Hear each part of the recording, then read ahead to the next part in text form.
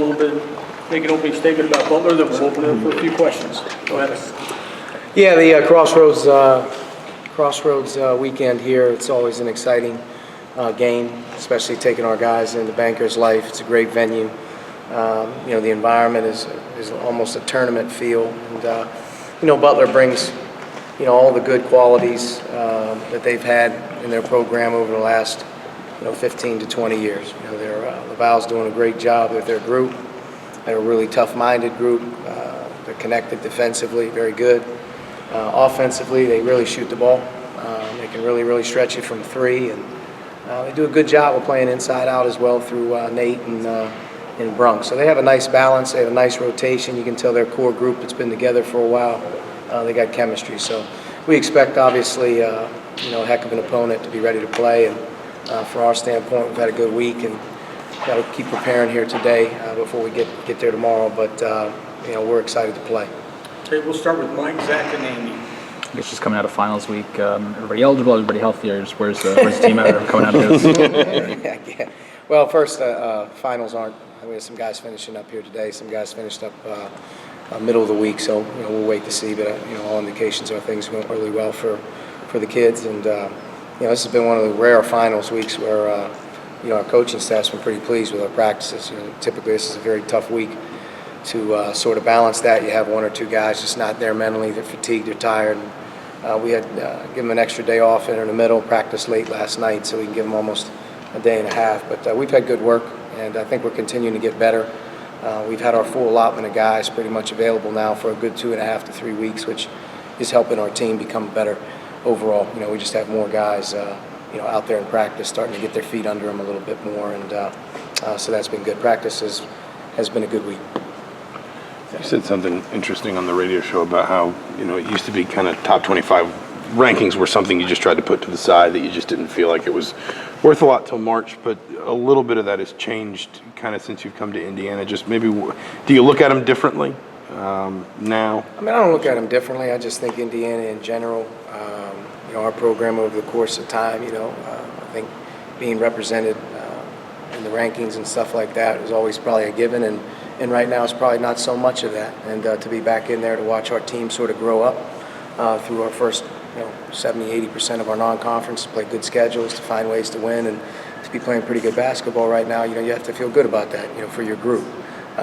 Long term and whatnot, obviously you would love to reestablish the ability to sort of take that for granted, because that's what Indy has been so long. But I think it's good for this team. Given they have, given their personnel, they tend to play kind of 4 out one end and play through the one. But with multiple three-point guys, Jorgensen can go off, McDermott can go off.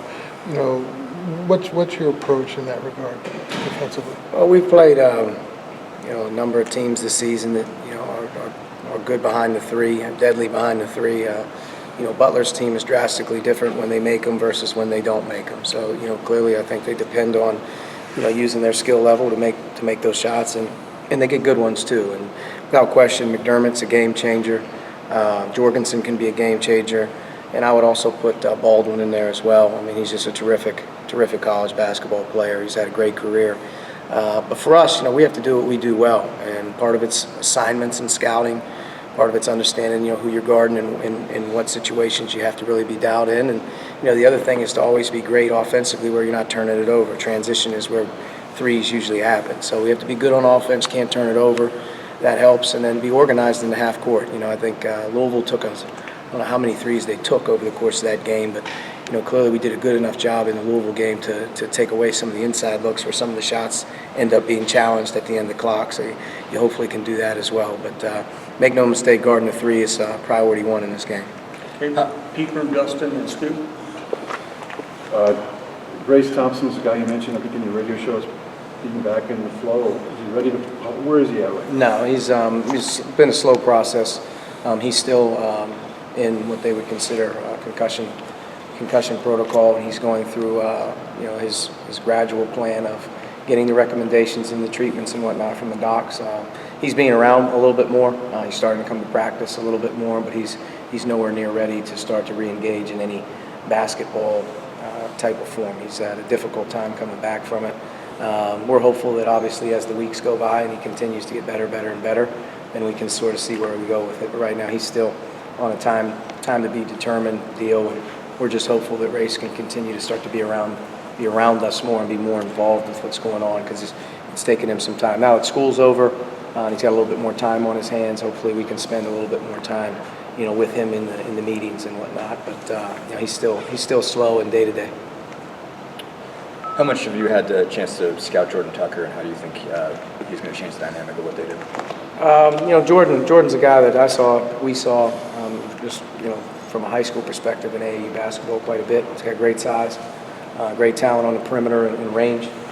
He'll add another weapon offensively for those guys on the perimeter. Whether they use him as a wing or guard, I'm not real sure how they'll phase him in. But they have a pretty distinct lineup right now with what they're doing with their rotation. Making them a little bit deeper at the break here will be something I think they'll probably look for as they get him acclimated into Big East play. But on the report, so to speak, he's just, to me, is another really good offensive player.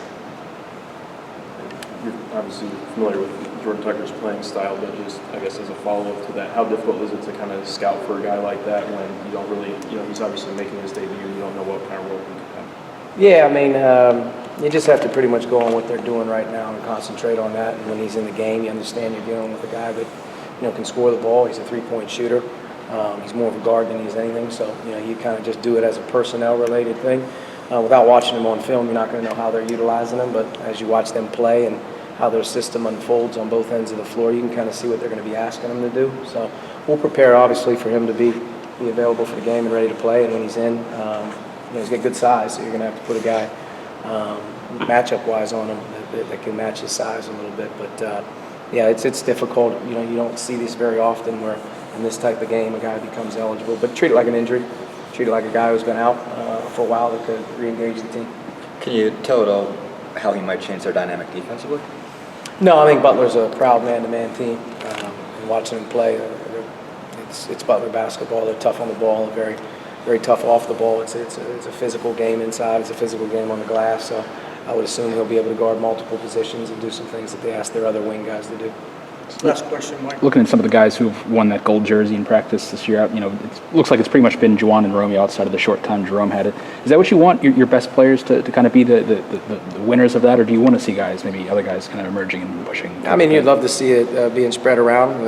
That gives you the indication that a lot of different guys are doing really well. And I think things have gone well for our team in terms of our practices. Juwan and Romeo are two guys that obviously are prominent guys, and I think that the fact that they're in there every day working hard and they're practicing every single day, that gives you an indication your best guys are available and they're there. We've had some other guys that have had some big weeks. We've had some other guys do some really good things throughout the course of practices and getting better.